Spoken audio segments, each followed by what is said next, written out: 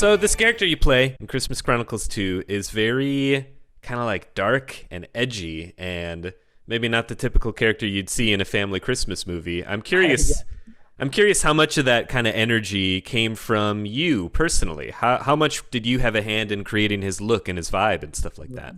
Yeah, because I hate Christmas. No, I'm joking. I'm joking.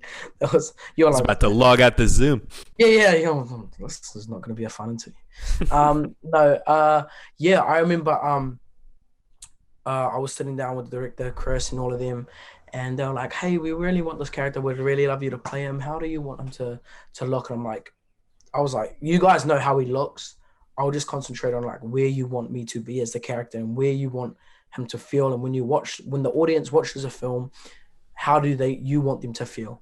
Um, and they're like, "Cool, super great." So I had the long hair, I had the leather jacket, the long pants, the big boots, and I felt cool in it with the fingerless gloves.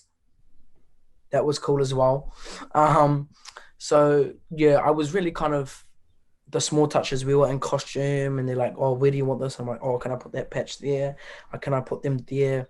We're gonna spray paint the stuff in the boots," and I'm like, "Yeah, go right ahead," because I wanted him to look mean. Like I didn't want him to look like everyone sees the Grinch, and everyone knows who the Grinch is because he's this green monster. Like I want because he has a redeeming arc in it. I want you to see the change that he has, but still keep those characteristics because he does like wearing the leather jacket. He does like wearing the boots. And even though that looks not Christmassy, that's who he is, but he still, you know, he still evolves in that whilst keeping those similarities, you know what I mean? So for me, that was important. And that's why I wanted to have a role in making sure the character was, 100%. I think you achieved thumbs up and more. You talked about like just working on where is he emotionally in that moment. Were you thinking about performing him as an arc from beginning to end, or was it more scene to scene, or what was it like crafting this emotional journey for him? Yeah.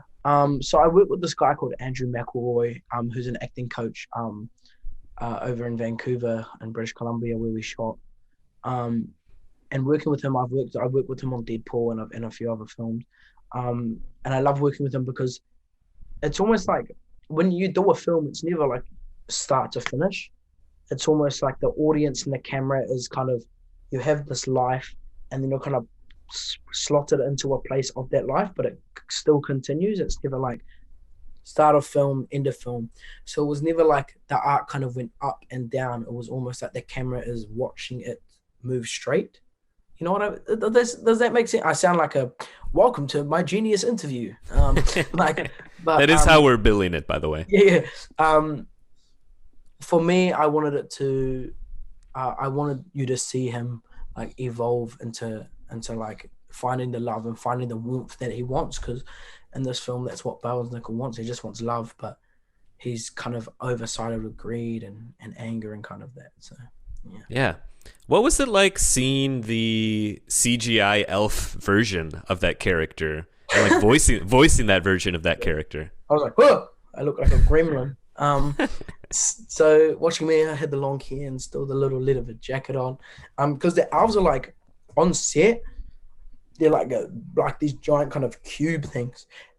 So I was like, what the hell is that? That's just like a blue cylinder. And I know that's you. And I'm like, okay, cool. It was crazy seeing the elf and doing the voice as well because I can't really get my voice high, so I would say it and then they would like prop it up with a whole lot of audio stuff. And then you even have like the Elvish language that they had. I had to learn some of that because obviously I'm a human, but I was a bit of elf human and kind of mixing it all. So it was super cool, super crazy though. Awesome guys who did the CGI in that. Yeah. What was the process like learning Elvish? Was there like a language creator on set helping you with that? Yeah, there was a language creator, but the thing was cool, as I said, Andrew McElroy, who I work with, he actually worked on like the Star Trek like films and that. So he did like a lot of like kind of because there's a whole lot of different languages in that. But basically sometimes they would have Elvish like scripted, right? And then what it would mean. And then sometimes like Chris on set or something, he would be like, yo, just say like he would just say something random and he goes, yeah, that sounds like that. And then I would just say that. So like a lot of the Elvish was either made up or it was prepared earlier. But they did have like these two actors on set who could do like really good alpha voices, and they would come on set and they'd be like, hey, they would read the alpha lines in that. So all of that was super cool. It's interesting to hear that Chris Columbus was so spontaneous with elements of it because it's so special effects driven. And I'm curious, you've been in a couple special effects heavy films. What is that process like as an actor? Is it more difficult than something like A Hunt for the Wilder People, or what is it like? Oh, yeah, like Hunt for the. I think it also has to do with budget, obviously. You know, having the budget to do these big films. So for like Hunt for the Water People, there's a shot on it where you like 360, and it's almost like a time lapse, almost. And you go around and you see with that there was no CGI. The only thing that was CGI'd in was the dog. Everything else was like three other doubles, and you were just like ducking under the camera and like running around so you could get the shot.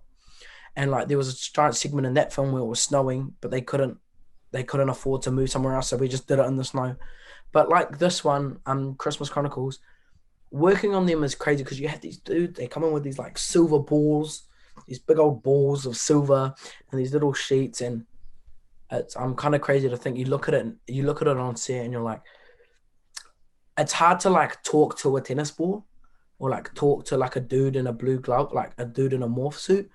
And then you see it on screen and go, wow, it's like that's really what it looks like. So you kind of have to picture the end product. Because like I'm talking to a puppet, like I'm talking to like this 50-year-old guy like holding a puppet. Like this is weird. And then you see it and it's crazy. Yeah. You mentioned it a little bit ago, Deadpool 2. I just have a simple question about that. What's Ryan Reynolds really like? Awful. Yeah. He seems like I actually never really talked to him. He kind of he had like this, the shower curtains. He didn't like people looking at him, so he kind of He would carried walk them around with like a shower curtain hat. like a red kind of curtain. Yeah. Um, so I don't know really what he's like. No, he's great.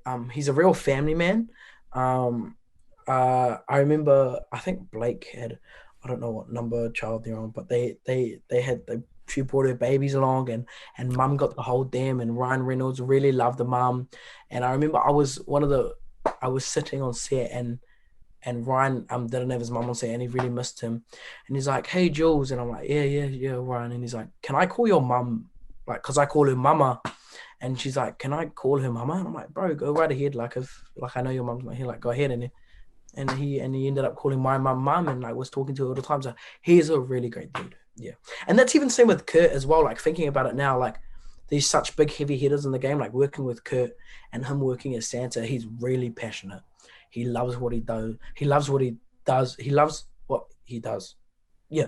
He loves what he does on set and that. And you can see that his experience has paid off, and he's so wise, man. Yeah, those are great kind of anchors to have on set with you. Is there anything you can tell us that you're particularly excited about Godzilla versus Kong, a film you're appearing in coming up? Yeah, that's coming up. It's been a long run. But I'm excited for it to come out.